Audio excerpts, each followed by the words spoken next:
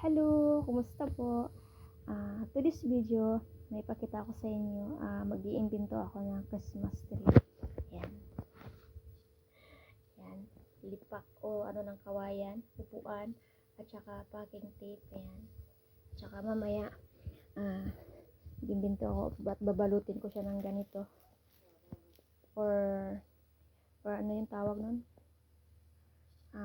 Manila paper ba o ano, basta mabalot ko siya, balutin ko to para maging strong din siya pag iidikit ko na to.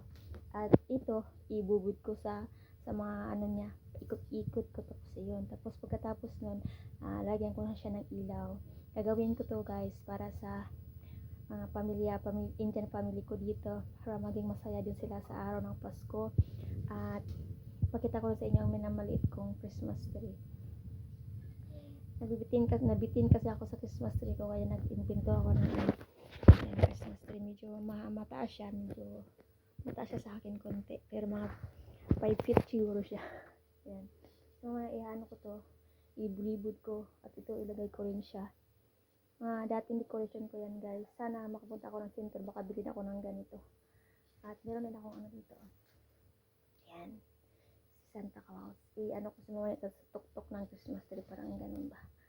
Yan. Nag-invento lang ako kasi mahirap maghanap dito ng mga mahirap maghanap ng mga pang decoration. Diyos ko po. Hindi ako makapunta. Punta ko ng tindahan. Wala akong ibang nakita. Ito lang nakikita ko. Kaya sabi ko, bilhin ako lang ganito. Ibalot ko na lang. Tapos balutan, decoration ko ng ganito at lagay ko ng ilaw. Di ba? Mas nasa isip ko na yun. Hala na, basta gagawa ako ng Christmas tree. See you kung anong kinalabasan ng Christmas tree kong yan. Diba guys? Yan ang mag-invento para maging masaya ang Christmas natin. Kasi ang Christmas namin dito, Christmas ko dito, special din para sa akin, para sa anak kong bunso namin, kasi birthday niya ngayong Pasko. Yeah. Yan. Gawa ko ng Christmas tree para sa kanila at lagyan ko ng ilaw. May ilaw naman ako guys kasi pinadala ako ng asawa ko ng ilaw last year. Ayun. Yan natin.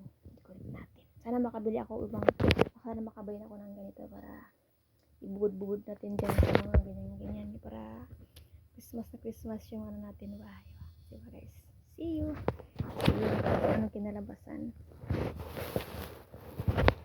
ng ating Christmas tree.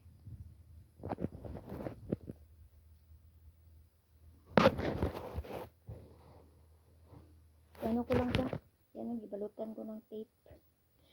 Ibubud ko siya ng tape para maging strong din siya. See you bukas guys kung ano ang kinalabasan ng Christmas tree ko. Pasimula na yung simbang gabi. Miss ko yung simbang gabi. Miss ko Pilipinas. Fight lang, laban lang tayo. Makauwi rin tayo ng Pilipinas.